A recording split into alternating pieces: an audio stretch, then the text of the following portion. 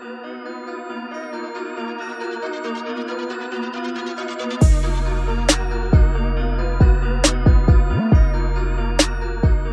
up, guys? Welcome back to another episode of the Business and Travel Podcast. My name is Jackson Dean, and today we're going to be talking about branding on Instagram, how you go about it, and how you can make some pretty easy and quick improvements to your branding, which is going to make some improvements to your engagement, which is going to make some improvements to the traffic going through to your website, that's going to make improvements to your bottom line because you're going to be generating more revenue and sales. So we've been going through a lot of the Instagram marketing journey over the last few weeks, how to create an income out of Instagram, how to boost, profitability and revenue and sales through having a business account, utilizing the link in your biography and the process around driving that traffic to your website.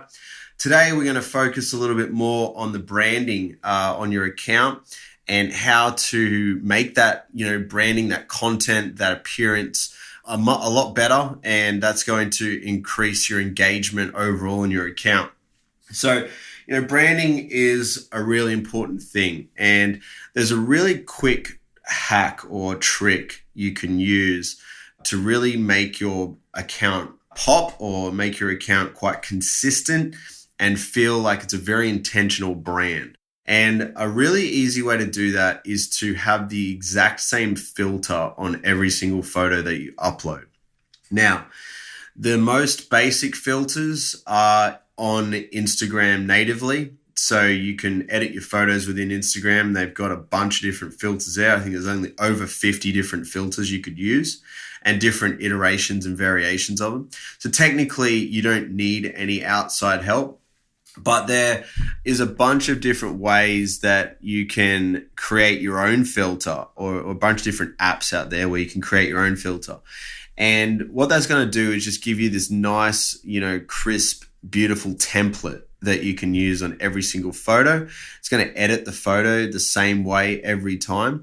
And then as you post those photos down your feed, say you post 20 photos in a row with the same filter, when someone jumps on your Instagram, they're going to see this nice, consistent branded theme all the way through your Instagram. And that just increases the amount of engagement simply because people are looking for, intentional Instagrams that have this intent behind them, or a very consistent theme or a very consistent purpose. And what you'll find is if you're smart with your filter, and the editing behind your content should really represent your brand image. And that will really help your content. So some ways that you can do this is just literally log on the App Store and start searching around Instagram filters. Some examples is the biggest example I have is Lightroom. Lightroom is a product offered by Photoshop or Adobe. So it's a very popular platform for people on Instagram. There's a bunch of other ones, but if you want to start somewhere, you can start with Lightroom. Something else that you could experiment with is Snapseed or Google Snapseed. It's a platform that gives you lots of different editing capabilities, and the best thing you can do is literally just download these platforms. They're free. There's paid upgrades inside the platforms, obviously, but you download them for free and you just click every single button. As soon as you click every single button, well, now you know what the whole app can do. And then you also know what the paid features are and what sort of value they might provide to you as well. But a really quick hack is to just spend a little bit of time coming up with an Instagram filter that best represents your brand. And an example that I guess I have is I had a filter on my account when I was doing a lot of this testing and sort of showcasing my case study for my clients and students. I had the exact same filter across all my photos for about a year. And it created a really consistent theme. And I had this bluish hue that went through every single one of my posts. And that really just helped make the theme very consistent, had this sort of cool theme to it. It wasn't like a warm theme. It was more on the bluish side. And that theme was Clarendon. So it was just the first filter straight after normal on your actual Instagram filters. So I didn't take my theme off Instagram. I've done pretty much everything I've done on Instagram natively. Try and stay away from the third-party apps just simply because it just adds extra time. And for a lot of creative brands where you need to invest that extra time.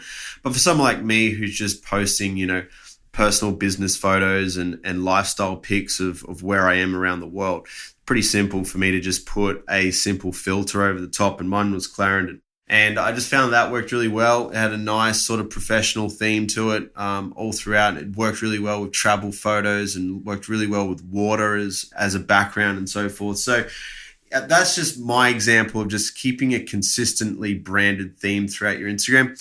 Just makes the aesthetics much better, and it just naturally increases the engagement. Because people are going to log on to your Instagram, have a look at the first, say, 20 to 50 photos, have one or two scrolls down. And if they like this, nice consistent theme, they might click on a few photos to go, oh, you know what? I don't mind this account. I'm going to follow this account, see what they've got to offer in the future. So that's a big, sort of tip for building your engagement and building a nice consistent theme throughout your Instagram. Try and get one filter nailed down that really represents your brand that you can apply to all your different photos. The next part of that, which would really help you come to that, conclusion for that first part of finding that filter, is having a look at your niche, or having a look at the people around you on Instagram that are doing what you're doing already. So these are your competitors and these are your influencers. Find out who these people are.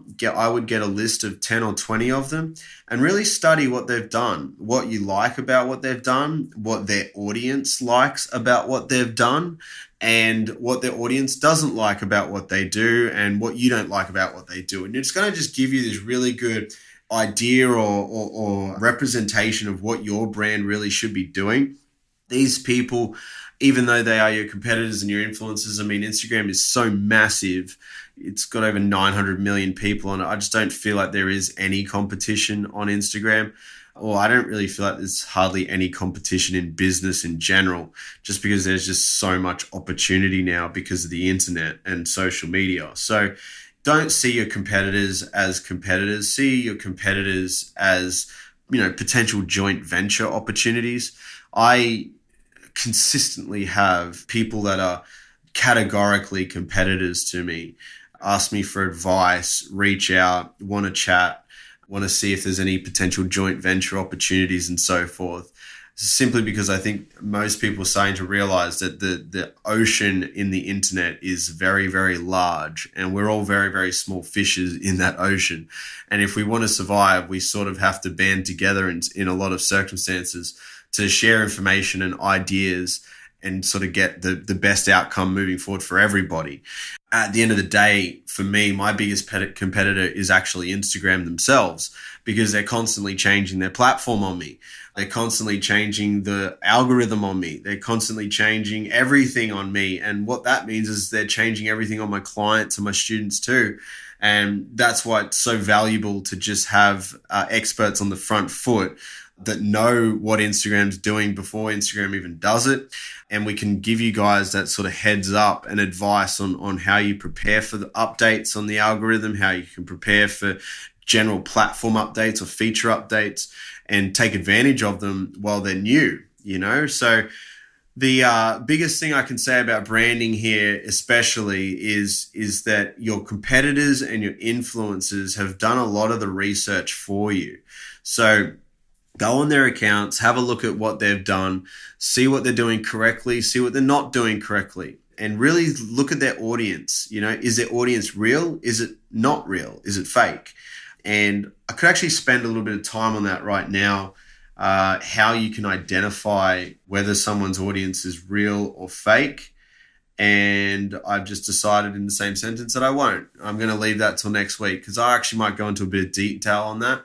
That's called the engagement formula. So if you're interested in figuring out, whether your competitors are real or whether your influencers have real followings or not, I'll actually go through that next week, and I'll do a full podcast episode on the engagement formula and how you calculate it, how you calculate that formula that helps you understand what's real and what's fake on Instagram. It's really, really powerful, and it's really, really surprising too.